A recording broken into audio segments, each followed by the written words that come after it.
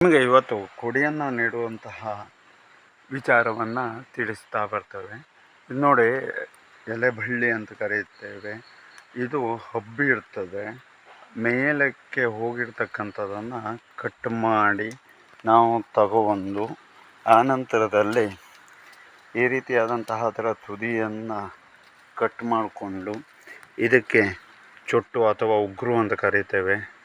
ಇದನ್ನು ಕತ್ತಿಯಿಂದ ಕಟ್ ಮಾಡಿ ತೆಗೆದು ಆನಂತರದಲ್ಲಿ ಈ ರೀತಿಯಾದಂತಹ ಮರಕ್ಕೆ ನಾವು ಬುಡದಲ್ಲಿ ಈ ರೀತಿಯಲ್ಲಿ ಹೊಂಡವನ್ನು ತೆಗೆದು ಅರ್ಧ ಮಣ್ಣನ್ನು ಆ ಕಡೆಗೆ ಇಟ್ಟು ಇನ್ನು ಅರ್ಧ ಮಣ್ಣನ್ನು ಈ ಕಡೆಗೆ ಇಟ್ಟು ಮಧ್ಯದಲ್ಲಿ ಕೊಡಿಯನ್ನು ಇಟ್ಟು ಈ ರೀತಿಯಲ್ಲಿ ನೆಟ್ಟು ತದನಂತರದಲ್ಲಿ ಮಣ್ಣನ್ನು ಹಾಕಿ ಅದಕ್ಕೆ ಬಳ್ಳಿಯನ್ನು ಕಟ್ಟಿ ಹಾಕಿ ಮಣ್ಣನ್ನು ಹದವಾಗಿ ಕಾಲಿನಿಂದಾಗಿ ಮಿಟ್ಟು ಅದು ಪೆಟ್ಟಾಗದೇ ಇದ್ದಂಥ ರೀತಿಯಲ್ಲಿಯೂ ಮತ್ತು ಮೊಳೆಯಲ್ಲಿ ತೊಳೆದು ಹೋಗದ ರೀತಿಯಲ್ಲೂ ನೆಟ್ಟು ನೀರನ್ನು ಹಾಕಿದಾಗ ಅದು ಎಲೆಬಳ್ಳಿಯಾಗಿ ರೂಪಿತವಾಗುತ್ತದೆ.